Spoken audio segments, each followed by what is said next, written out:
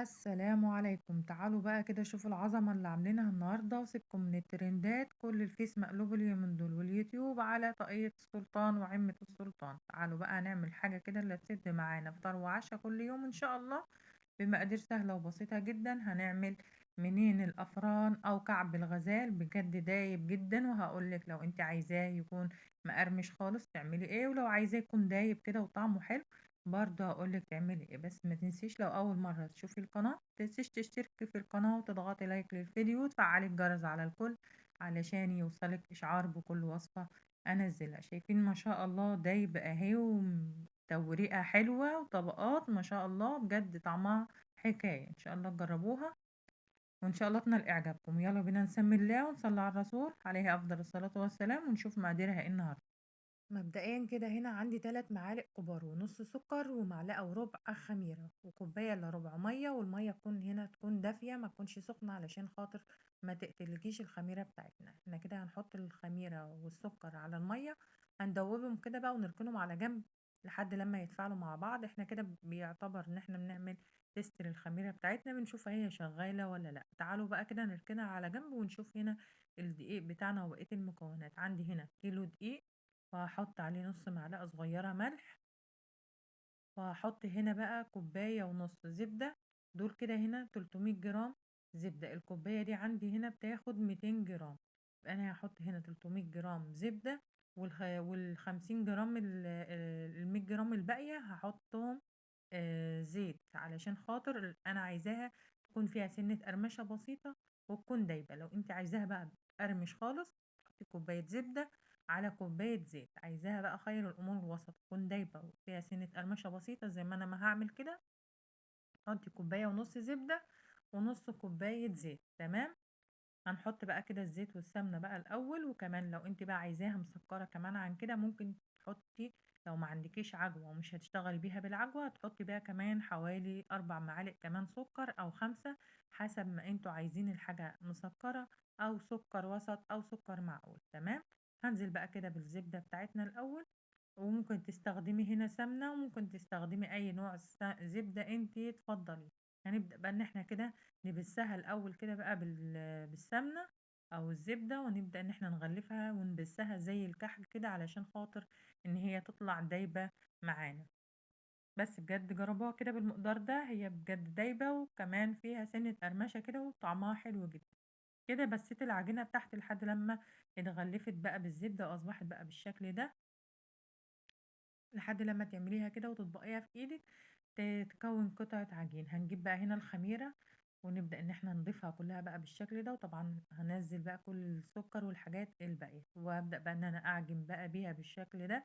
وبعدين هنا هنبدأ ان احنا نجيب بقية الاضافات بتاعتنا هنعجنها هنا بلبن. ممكن تعجنيها بمية عادي مفيش مشكلة، المتوفر والمتاح عندك. عندي هنا كوباية وربع لبن، نفس الكوباية برضو. الكوباية دي هنا ميزانها 200 جرام. هنزل بقى هنا كده باللبن تدريجيا، ما بنزلش بيه دفعة واحدة بس، هي تاخد معايا هنا الكوباية وربع لبن. فسواء لبن أو مية ما تزيديش زيادة عن الكوباية وربع، علشان خاطر العجينة ما تطراش منك وتبقى مقرمشة معانا، وما كمان ما تربيش عرق. هنفضل بقى نعجن بقى كده ونتوه اللبن بتاعنا لحد لما الطبق بتاعي ينضف من العجين. وما تخافيش لما احنا نفضل نعجن فيها كده ان هي تربى لها عرق وهتبقى ناشفة ولا أي حاجة. إن شاء الله هجربوها وإن شاء الله بجد بتبقى دايبة وطعمها حلو جدا. كده خلاص بقى عجنتها وطوهت اللبن بقى وأصبحت معانا بالشكل ده. هي بتبقاش عجينة ناعمة خالص كده، بتبقى عجينة مفتحة بالشكل ده، وبتبقى تحسيها مورقة بقى زي ما انت شايفة كده. كده خلاص بقى عجنتها كويس، هركنها بقى كده نص ساعة وهغطيها بقى بكيس. احنا مش هنسيبها تخمر خمران كامل، احنا هنسيبها بس نص ساعة وبعدين هنبدأ ان احنا نشتغل بيها. نركنها بقى كده على جنب، وتعالوا بقى نجهز العجوة بتاعتنا. فاكرين العجوة اللي كنا مخزنينها مع بعض في موسم البلح؟ ما شاء الله النهاردة هنستخدمها ونعملها بقى كده في المنين بتاعنا. فإن شاء الله ترجعوا للفيديوهات، وإن شاء الله برضو في موسم البلح السنة الجاية إن شاء الله اللي ما شافش السنة دي يبقى تجيبه وتخزّنه وتعمله، بجد الحاجات دي أنضف وأحسن من بتاعة برّه. هاحط لها هنا بقى معلقة زبدة، طبعًا الزبدة كانت جامدة شوية بس ما فيش أي مشكلة. الزبدة هنا بقى هتطعّمها، هتدّيها لِك طعم حلو، مش مضطرين خالص إن إحنا نرفعها على النار، لإن العجوة بتاعتنا طرية زيها زي الجاهزة وأحسن كمان، علشان خاطر هي نضيفة. تمام؟ عندي هنا بقى كيسين تلاجة، وهاحط هنا بقى قطعة عجوة، وهاحط كمان كيس فوقيها، وهابدأ بقى إن أنا أفردها وأجهّز بقى هنا العجوة بتاعتنا علشان خاطر لمّا العجينة بتاعتي تختمر، أبدأ إن أنا أشكِّل وأشتغل بيها على طول. باجيب بقى كده الفرادة وبابدأ إن أنا أفرد العجوة بتاعتي وأخلّيها تكون كلّها سُمك واحد بالشكل ده. فإن شاء الله تتابعوا الخطوات، وخطواته سهلة وبسيطة جدًا، بجد كل الحكاية ما أخدتش معانا حوالي ساعة أو ساعة ونُص بالخمران بتاعه، كان المنين بتاعنا أصبح جاهز. هامسح بقى كده الرخامة بتاعتي، وهنبدأ إن إحنا نجيب العجينة بتاعتنا، خلاص كده قعدت نُص ساعة، وهابدأ إن أنا آخد منها قطعة ونبدأ إن إحنا نشكِّلها. ممكن ممكن تعمليها كِوَر كعجين تبططيها يعني زي الكحك كده وتحطي عايزة تعملي زي ما أنا هاعمل كده رول زي اللي إحنا بنشتريها من الأفران، ما فيش أي مشكلة. بابدأ إن أنا أفرد العجينة بتاعتي وبابدأ إن أنا أرقّاها لحد لمّا تبقى مش رقيقة خالص ولا تبقى سميكة خالص. هافردها بقى كده، وطبعًا حسب كمية العجوة عندِك هتبدئي إن أنتِ تفردي العجينة،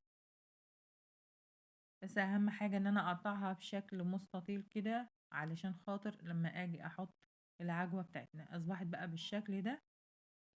باجيب بقى كده هنا العجوة اللي إحنا جهّزناها، بابدأ إن أنا أشيل الكيس اللي فوق كده بكل سهولة، وبابدأ إن أنا أشيلها برضه براحة، وبابدأ إن أنا أحطها وأفردها على العجين. وبعدين هنا خاطر إن أنتِ تمشّي كده الفرادة تاني، بتخلّي إن الكيس يطلع معاكِ بكل سهولة، ما ياخدش معاه حتت عجوة. تمام؟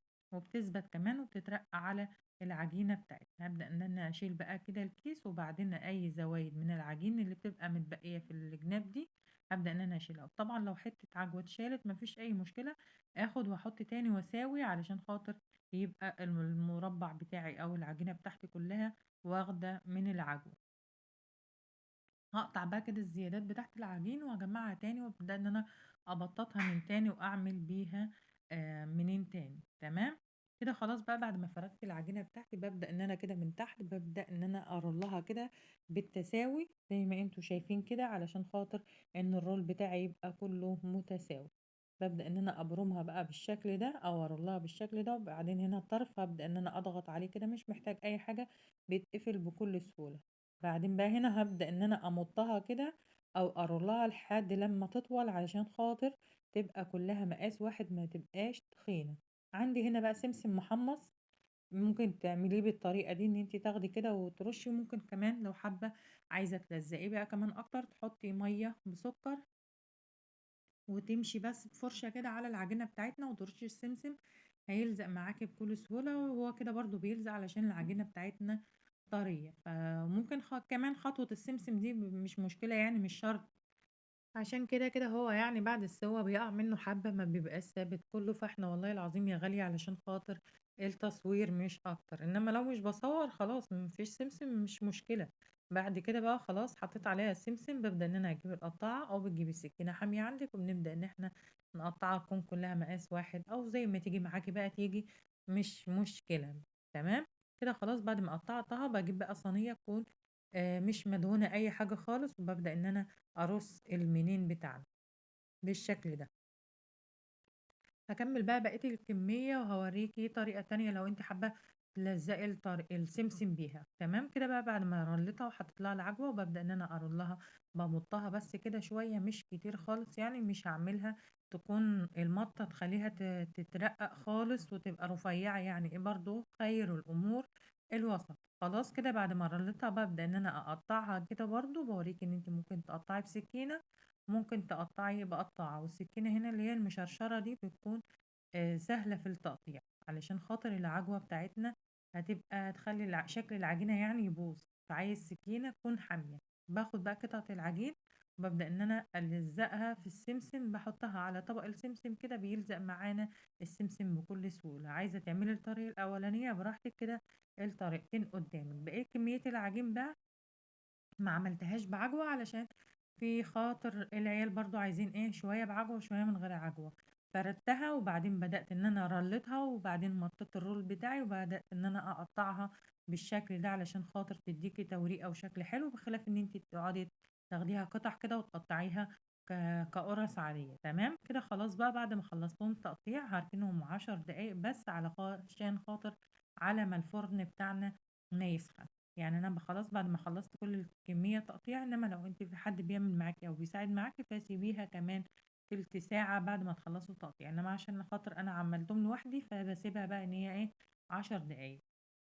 باسخّن الفرن باولّع من تحت، باخلّي النار تكون يعني وسط، لا هي عالية أوي ولا هي هادية خالص، وفي آخر 5 دقايق باولّع الشواية من فوق وبافضل أداير الصينية كل شوية علشان خاطر تاخد لون دهبي، وكمان إحنا مش بنعلّي النار خالص علشان خاطر إحنا عايزين العجينة بتاعتنا تستوي من جوّه ومن كل الطبقات بتاعتها تكون مستوية وطالعة واخدة اللون الدهبي الحلو زي ما أنتم شايفين كده. شايفين ما شاء الله التوريقة بتاعته، شايفين اللفة كده، بجد طعمها حلو جدًا، إن شاء الله تجربوها. حلوة جدًا في الفطار، حلوة جدًا في العشا، جنب كوباية شاي بلبن، جنب كوباية شاي، بجد طعمها تحفة، وكمان دايبة كده وخفيفة وطعمها حلو جدًا، والسادة حلوة، وكمان اللي بالعجوة حلوة. وكمان لو أنتِ عايزة تعمليها كلها سادة هتزودي السكر زي ما قُلت لِك. شايفين ما شاء الله، شايفين التوريقة بتاعتها، وبجد طعمها حلو، وكمان زيها زي بتاعة الأفران بل هي أحسن. كمان إحنا عارفين نوع السمنة اللي إحنا حاطينه، وعارفين نوع اللبن اللي إحنا حاطينه، فبالتالي بتكون أحسن. وآدي كمان اللي هي السادة هافتحها معاكم دلوقتي علشان خاطر تشوفوا التوريقة، بجد مورقة وهشة ودايبة كده دوب. فإن شاء الله التزموا بالمقادير والطريقة، وبجد هتطلع معاكم ناجحة من أول مرة. وبافضل أداير الصينية وهي في الفرن علشان خاطر تاخد لون دهبي من كل الجناب. وساعة ما بالاقي الأرضية بتاعتها أحمرت كده بابدأ إن أنا أهدّي بقى من تحت خالص، وباولّع الشواية باخلّيها تكون وسط، وبافضل أداير الصينية لحد لمّا تستوي وتاخد لون دهبي بالشكل ده، علشان لو فضلت سايباه يكون عالي من تحت وولّعت الشواية وهو يكون احمر من تحت، هتبُصّي تلاقي إن هو إيه، احمر بزيادة وهيدّي على مرارة في الآخر. تمام؟ ده كده كان المنين بتاعنا. أتمنى لو استفدتوا من الفيديو، لو شايفين إن القناة مفيدة، أتمنى تشتركوا في القناة، تضغطوا لايك للفيديو وتفعلوا الجرس على الكل علشان يوصلكوا إشعار بكل وصفة أنزلها. شايفين ما شاء الله الطبقات بتاعتنا. أشوفكم على خير، والسلام عليكم ورحمة الله وبركاته.